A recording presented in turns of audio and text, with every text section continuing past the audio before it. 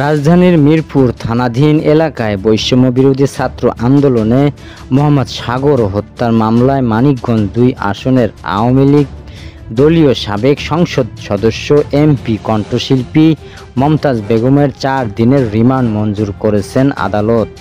আজ মঙ্গলবার Dhaka metropolitan magistrate Mohammad Jewel Rana আদালতে এই রিমান্ড মঞ্জুর করেন। আজ মামলাটির তদন্তকারী কর্মকর্তা মিরপুর মডেল থানার উপপরিদর্শক এসআই মনিরুল মমতাজকে আদালতে হাজির করে ৭ দিনের রিমান্ড আবেদন করেন। এর আগে গতকাল সোমবার রাত 12:15টায় ধানমন্ডি স্টার কাবাবের পেছনে একটি বাসা থেকে মমতাজ বেগমকে গ্রেপ্তার করে ঢাকা মহানগর পুলিশের ডিএমপি গোয়েন্দা শাখা ডিবি। মামলার অভিযোগে বলা হয়, বৈষম্য বিরোধী ছাত্র আন্দোলন চলাকালে গত ১৯শে জুলাই রাজধানীর মিরপুর থানাধীন ১০ নম্বর গোল চত্বর এলাকায় ছাত্র জনতার মিছিলে নির্বিচারে গুলি চালায় পুলিশ ও আওয়ামী লীগ নেতাকর্মীরা। ওই সময় ঘটনাস্থলে মারা যান মোহাম্মদ সাগর।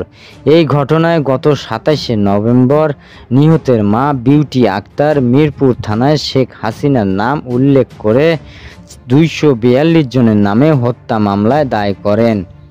২০২৪ সালের ৫ই আগস্ট আওয়ামী লীগ সরকার পতনের পর থেকে মমতাজ আত্মগোপনে ছিলেন। তিনি দেশের বাইরে চলে গেছেন বলেও গুঞ্জন ছিল।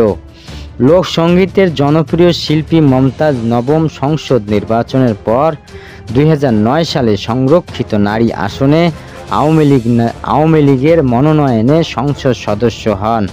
পরে ২০১৪ সালে তাকে আওয়ামী লীগ মনোনয়ন দেন। ২০১৮ সালেও নৌকা নিয়ে জয় পাওয়া মমতাজ ২০২৪ সালে জানুয়ারি নির্বাচনে দলের নেতা এক স্বতন্ত্র প্রার্থীর কাছে হেরে যান।